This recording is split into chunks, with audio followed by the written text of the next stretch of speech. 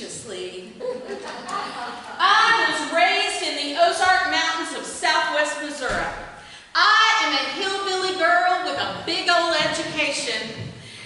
I never really considered myself too elitist. I mean, at this point, my 3 criteria for a date are: he must bathe, he must have teeth, his own store-bought, I don't care, and he must be polysyllabic.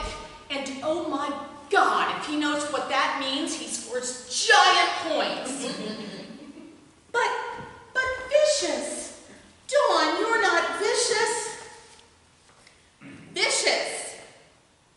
Addicted to or characterized by vice. Grossly immoral, depraved, given, or readily disposed to evil, cruel, or fierce. Also savage and ferocious.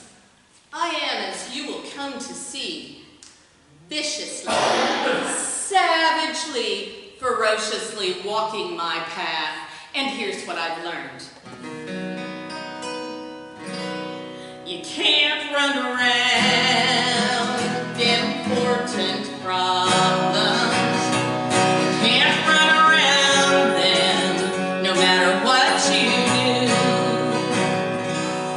Futile distractions, knee-jerk reactions.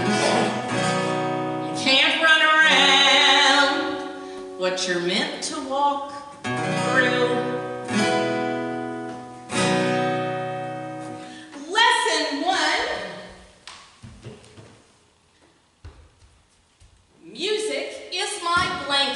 And my weapon. But I quit singing and writing for years. Maybe I forgot who I was. As a matter of fact, it's just recently that I've come to discover that the best way for me to process a challenge, to quit obsessing about something, is to write a song about it and sing it. So I was driving down the road one day, trying to figure out the order of songs on a CD I was making, which you can buy after the show if you're so inclined, when it hit me. This CD is a chronicle of my very pathetic love life since moving south after my divorce. And to make matters worse, I moved even further south to a rural town in South Carolina where I am a complete alien. So I found it necessary to do the online dating thing. I know, but I thought maybe I could search for men in neighboring cities with more like minds. So I did some reading up on it. Many self-help books say successful matchmaking should be considered like job hunting. I needed to make a concerted effort to approach dating in a more deliberate way. I needed to read profiles of men carefully, as well as women's, so that I would know what would be most successful, what men were looking for. Never mind what I was looking for, and oh my God, those profiles read like grocery lists.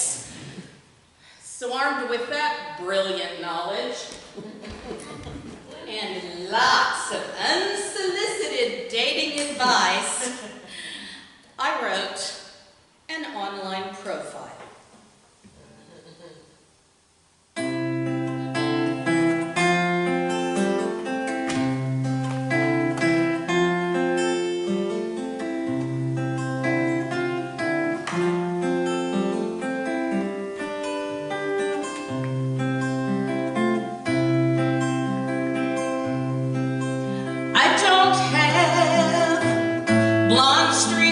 Perfect hair, don't have racy underwear, don't own fancy works of art, and I can't buy you diamond rings or other shiny things or fix the window in your car. What if love is all I have?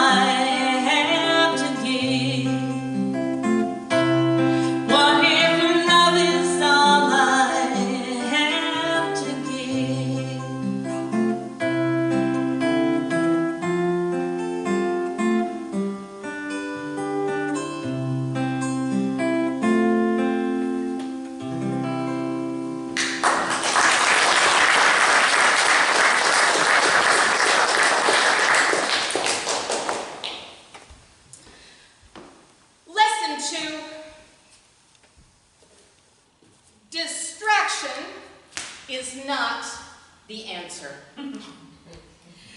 So, I'm driving down the road trying to figure out this CD that I was making, and at the time, I was working for an uncle in a southern state who was a legislator. Have you ever seen House of Cards? Absolutely true. And so, I decided that distraction, again, is not the answer. But that uncle tempted me because as he was a legislator, since he would go out drinking with his buddies every night, and he would take me with him, he would make this proclamation that he thought absolved him of all responsibility. Well, I never thought it absolved him of anything, but I did think it was clever, so I wrote a song about it. This is my homage to country music. Please feel free to sing along on the choruses if you're so inclined. Who's doing the thinking? 'Cause I will be drinking. I'll be drinking till I'm purely good and blind. I'm trying to forget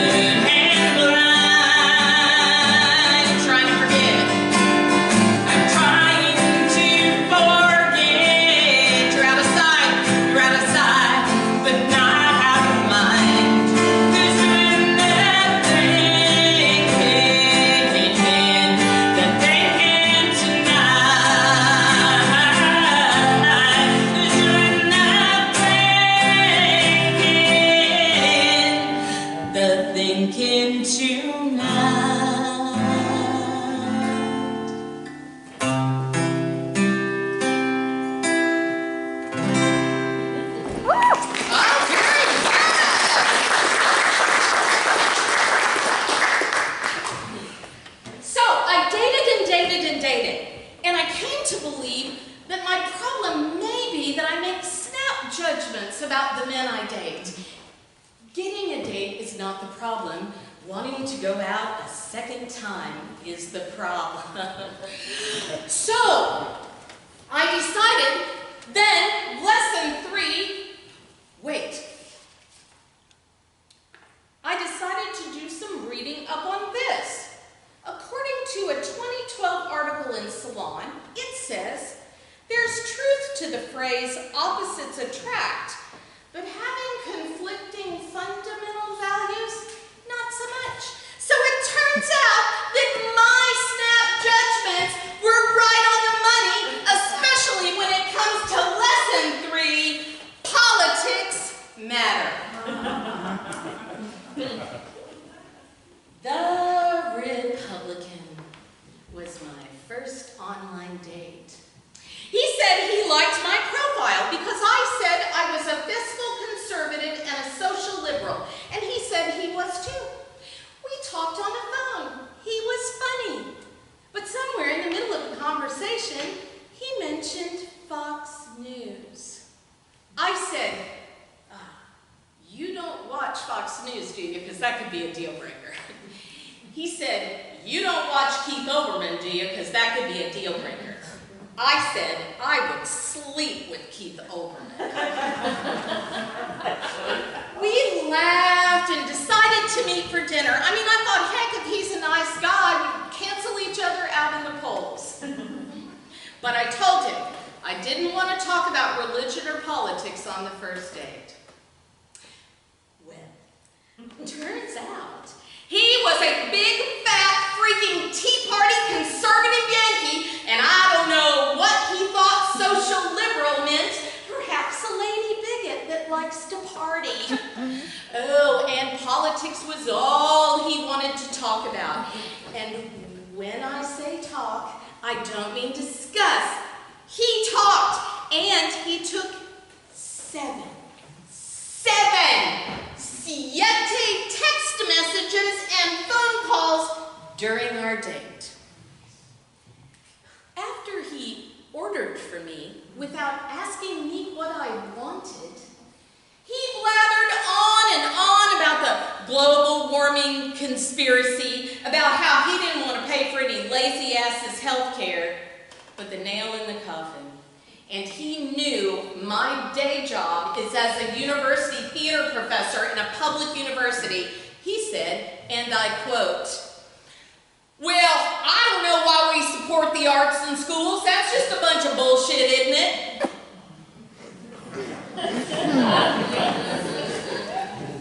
He said, this really bothers you, doesn't it?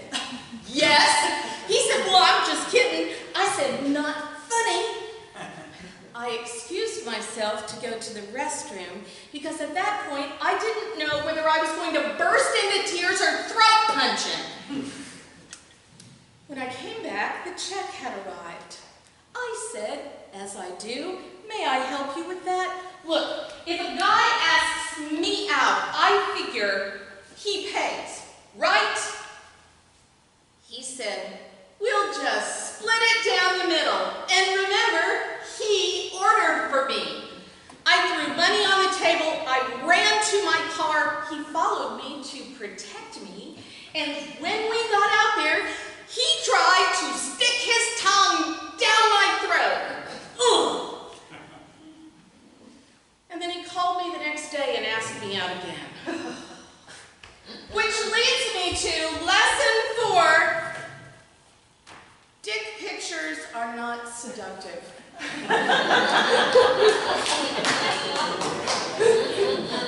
Why do they do it? Well, research is pretty clear. It's a direct way of saying, I'll show you mine if you show me yours, and/or would you like to have sex with me? This particular Penelphi, as they're now known, looked like it had been professionally lit and then taken.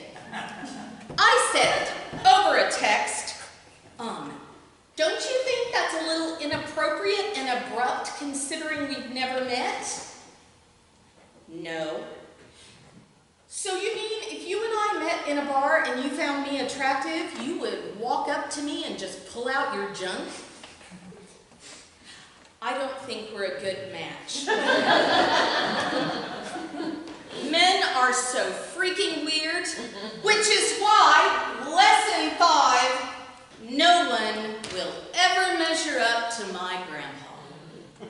My grandpa was the most important man in my life, a good man. And I have a son. He's my fiddler on that CD you can buy after the show. And I tried to raise him to be exactly like my grandpa, a good man. But I don't feel like I have exactly provided him with the best model of relationship success. So one day, for good reason, but abruptly, when he turned about 20, he decided to move out of my house and in with the person I had been trying to protect him from his whole life. Frankly, it freaked us both out, so I wrote a song about it. I surprised him with it at a gig one night, and it made him cry.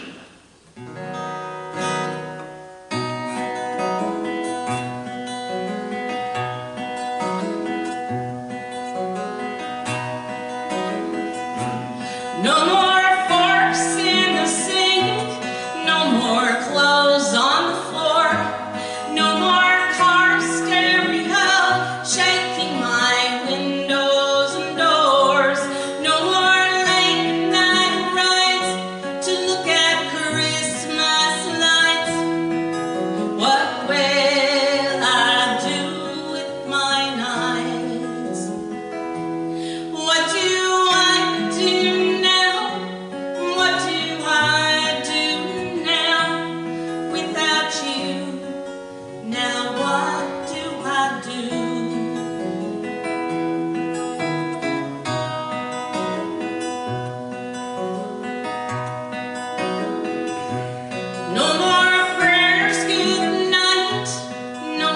Tucking in, no more screaming fights, only the cat could win. No more apron strings, but are they yours or mine? What will I do with my time? What do I do now? What do I do now? Without you, now what do I do?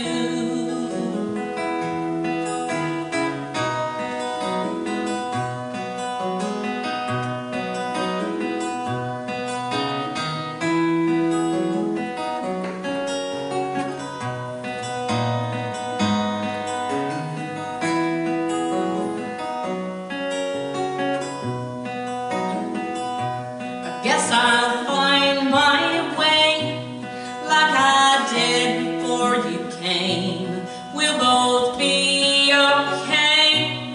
We will write new pages.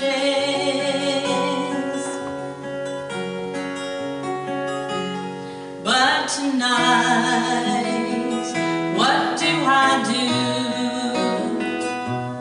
What do I do now?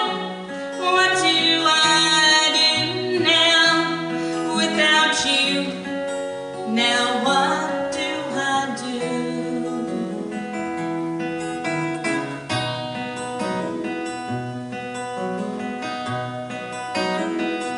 I'll be alright, so will you.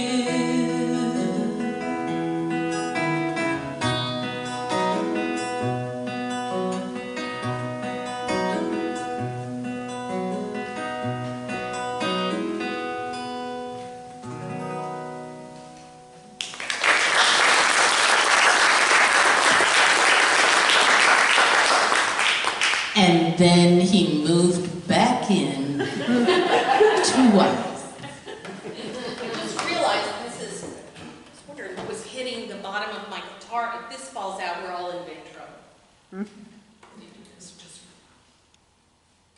So, a girl gets kind of cynical. Actually, more often than not these days. I mean, I can recognize a good man. I can raise a good man. Why can't I find a good man? I mean,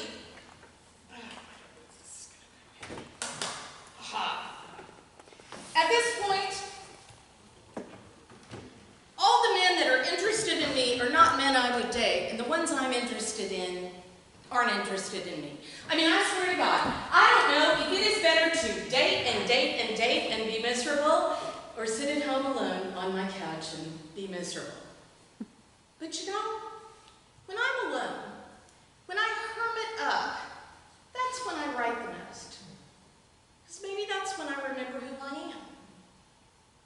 So, lesson 6,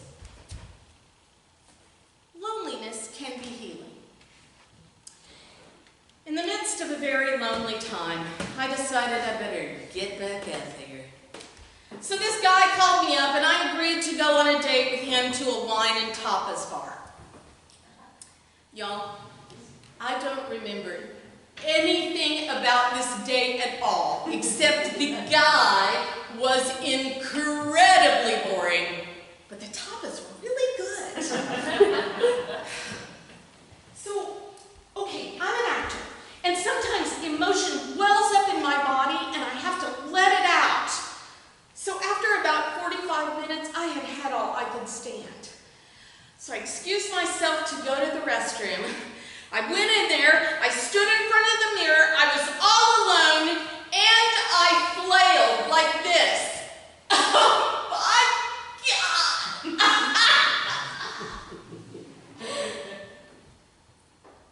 When 2 elderly ladies walked in and caught me mid-flail. I said, "Oh, I'm so sorry, I'm having a horrible first date." They looked at me, they looked at each other, and one of them said, "Oh, honey, we've all been there. You do what you have to do." Later, I'm sure after a couple of glasses of wine, they walked by my table giggling, and out of his eyesight, one of them did this.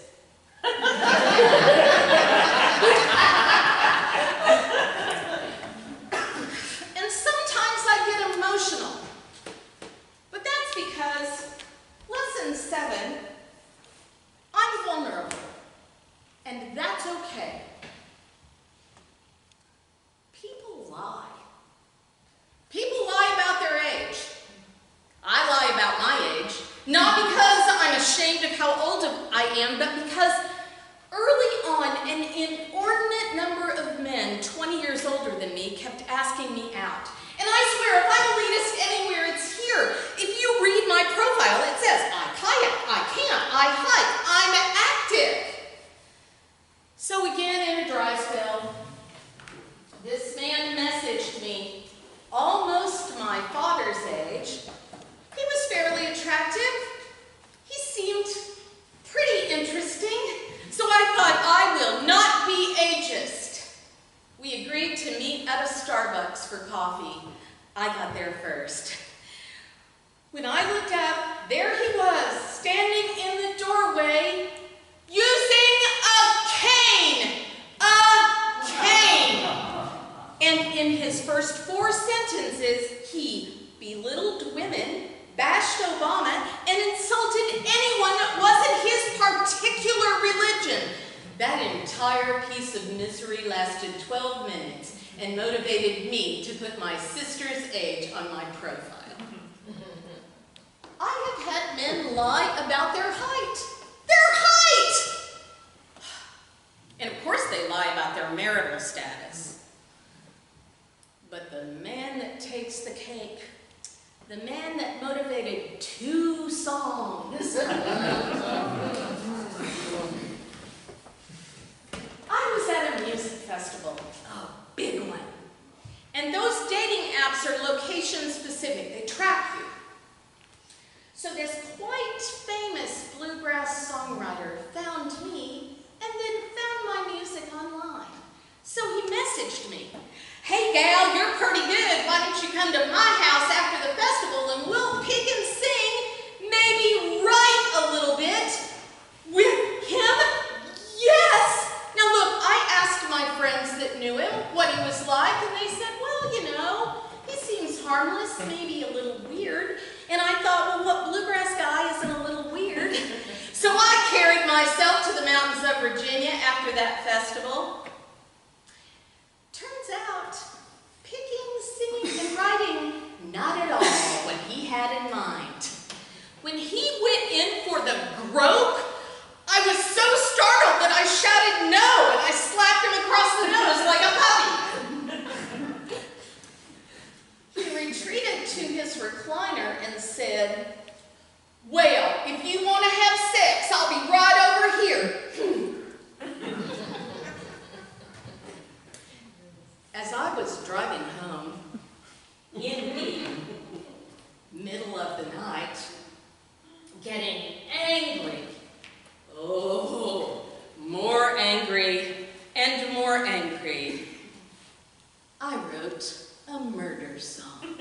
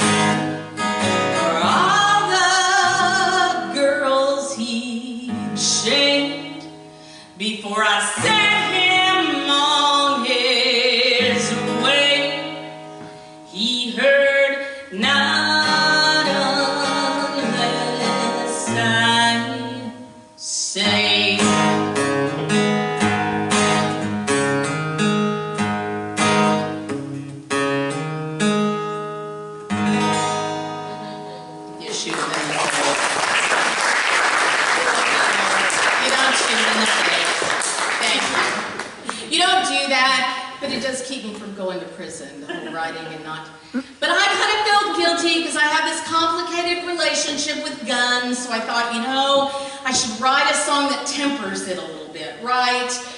But then, that made me think about all the times men had lied. All the times men had offered me services for goods, if you know what I mean. Girls, this one's for you. Sing along on the choruses. It'll make you feel lots better. Hey, girl, can I lend you a hand? If you're hard or dress or groceries, need a big strong man. I won't take nothing. Wait now that I think I'll come over later and we'll have a late night drink. Well, you ain't getting it, you silly man. Do you think I can't see through your brilliant plan? Thanks for the offer, I appreciate the thought. It was real, but it's not. You ain't getting it. Hey gal, you pick and sing real fine. Why don't you come over to my place? We'll work on a little rhyme. Make yourself at home. Can I get you a beer? Why don't you come into my bedroom? I write best when I'm in here, which is what he actually said. But you ain't getting it, you silly man. Do you think I can't see through your brilliant plan? Thanks for your offer, I appreciate the thought. It was real, but it's not. You ain't getting it. Hey girl, let me fix your cable guitar. Ooh, hey sweet thing, let me take a peek under your hood. I forget to mention, I'm a married man. I just need someone to talk to, 'cause my wife don't understand me. Well, you ain't getting it, you silly man. Do you think I can't see through your brilliant plan? Thanks for your offer, I appreciate the thought. It was real, but it's not. You ain't getting it. You ain't getting it. No, you ain't getting it.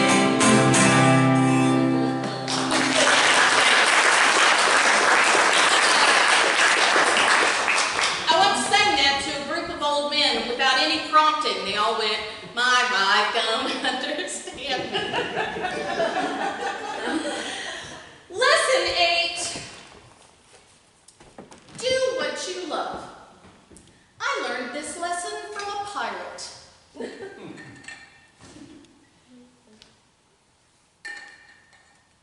I was at a beach house, swiping through Tinder, as you do. Left a lot. When I came upon this picture of this guy dressed like a pirate. In all of his pictures, which were numerous. And the name under the picture said Kegger.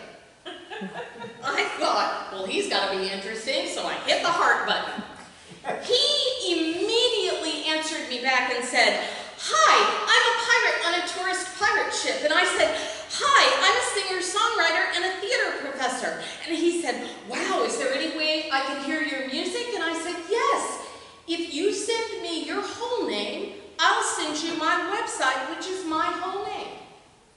So he sent back, Kegger, black hat, one word, Finn. So I messaged him, "I need your real name so I can make sure you're not an axe murderer, Y'all, I'm not kidding. He sent back a message It is my real name. I had it legally changed. Holy shit balls, I had to meet it now! So we agreed to meet at a pub on the water. This is true. When I got there, dude was completely decked out in bad Johnny Depp pirate clothes from the toes of his fake leather fold-over boots all the way up to his copious amounts of black, I don't think that's natural hair, and eyeliner. He stood up and up and up to greet me. He was like 6'5". He bowed with a flourish, took my hand and kissed it and said, "Hello, happy to meet you," using the worst bad British over North Carolina hillbilly accent I had ever heard. So, turns out, when this guy turned 50, he hated his job, so he quit and became a pirate. Never been a pirate before, didn't know anything about pirates, but he went to a pirate festival and the pirates took him in. Wait. He said he had never regretted his decision for 1 minute. As a matter of fact, he made a fine living as a pirate because he lived on his own pirate ship. Right. I point out to the water, "Is one of these yours?"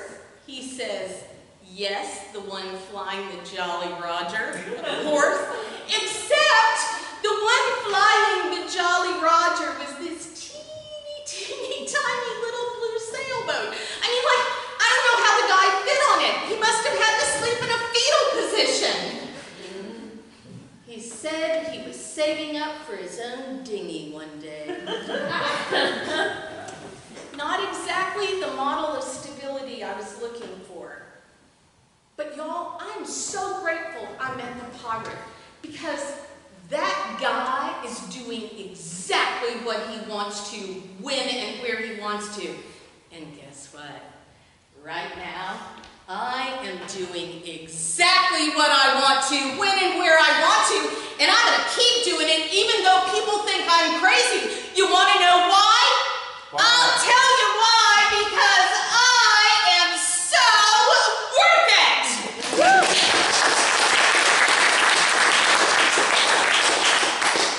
And so are you. Let me tell you about a little experience that I like to call the process. Upon meeting this guy in the flesh, he was slimy. I mean, music business slimy, like used car salesman slimy. He said that my profile had attracted him. He said he had been married to the tall, attractive woman in Dawn of Tony Orlando and, as a matter of fact, he had been married to a variety of women from various ethnicities. Perhaps he wanted to go native. We lived 4 hours away, so we met halfway. Are you ready? He picked it at an Embassy Suites hotel bar. Okay, I know. I said it was early on. He said he had a tried and true dating process. Step 1, we go somewhere where it's quiet and we can have a glass of wine and get to know each other. An Embassy Suites hotel bar, I'm not so sure. He said that we could get to know each other, and oh my, did he tell me all about his wonderful self. For example, he had once been a glamour shots photographer because he loved photographing women. He drank a shit ton of red wine, and when he finally took a breath to ask me a question, I took a breath to answer, and he started talking again. He told me that I merited an explanation of step 2. Step 2, you will come to my house where I will cook you a magnificent meal because I am an exceptional cook. And then we will get naked. On the second date? Oh, well, I don't mean nude. I mean we'll just bare our souls. On the second date? Oh my, look at the time. I've got such a long way to drive.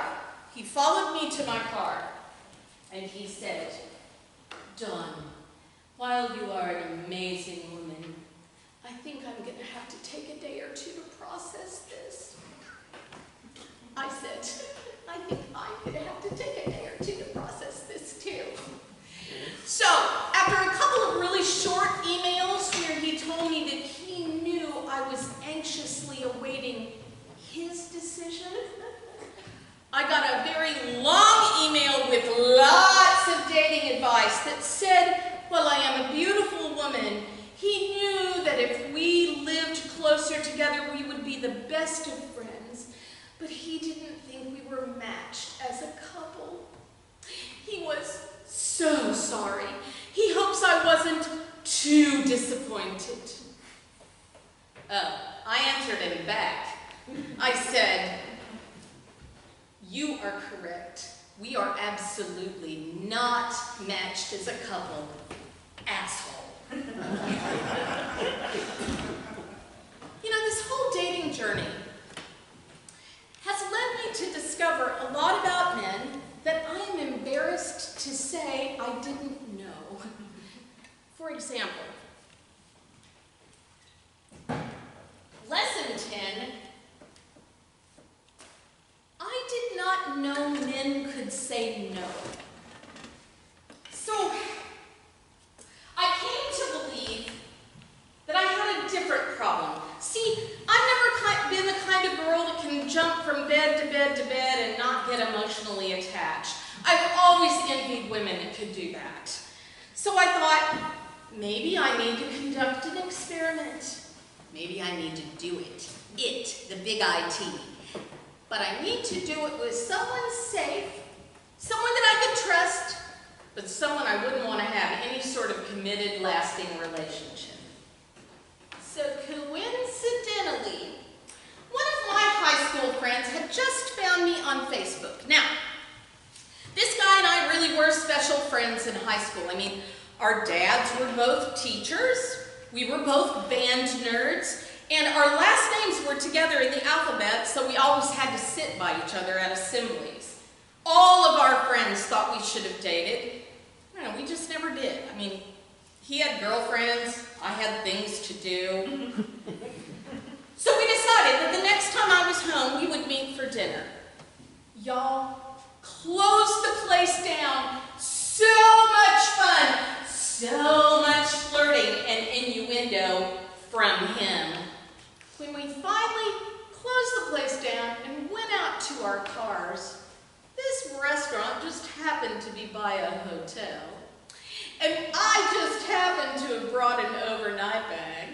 So he goes, you know, we could just get a room.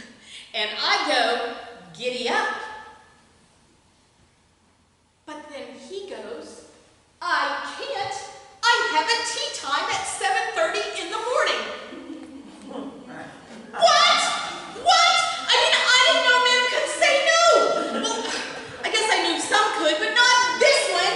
He was kind of like a horny puppy in high school, humping everything, and he hadn't seemed to have changed very much.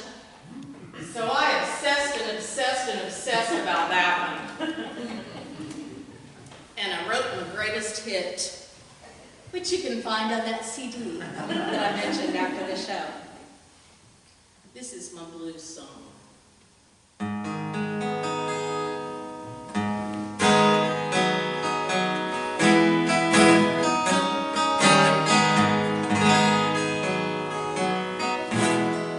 You lead me to the well.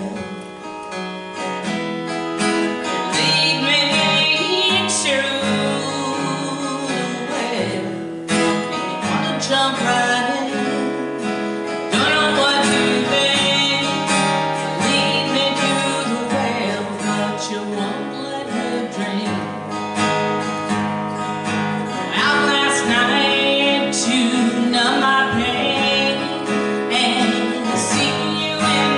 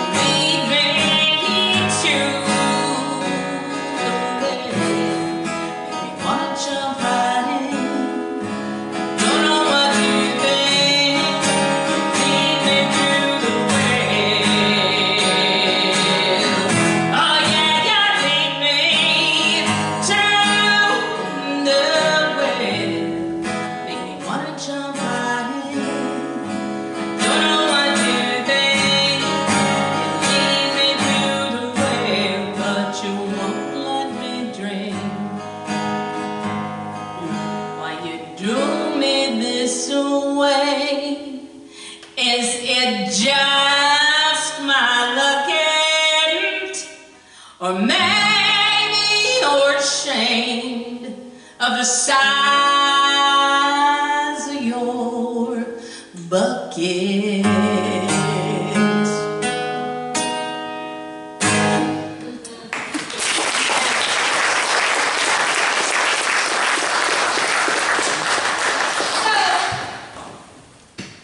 Here I am, the performer.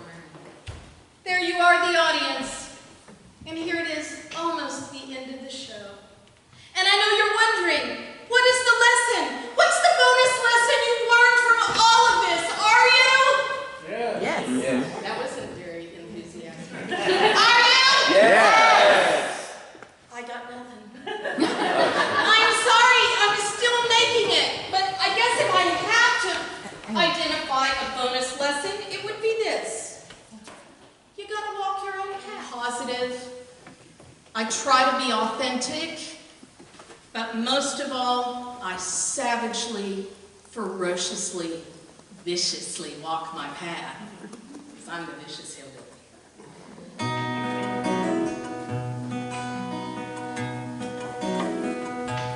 I will do no more work today. I will do no more work today. Pile of pillows on my bed as a cradle for my head. I'll paint my toenails red, and I will call each pet by name to remind them that they are wonderful. I will bow to the lady delivering the mail as if she were on parade. I will greet each room of my house with the words, "You are mine, I love you." I will picture the face of every man who walked away and pity his foolishness. But I will do no more work today. I will do no more work today. I'll pile the pillows on my bed as a cradle for my head. I'll paint my toenails red, and I will stand on the porch and wave at every neighbor's bozoed face. I will eat fresh tomatoes at dinner time and wash them down with wine. I will bathe at midnight in warm water that is perfumed with righteousness. I will write rambling songs if I want to all night long that please only me, that's all. But I will do no more work today. I will do no more work today. I'll pile the pillows on my bed as a cradle for my head. I'll paint my toenails red. Pile the pillows on my bed as a cradle for my head. I'll paint my toenails red. Yes, I'll paint my toenails red. Thank you all so much.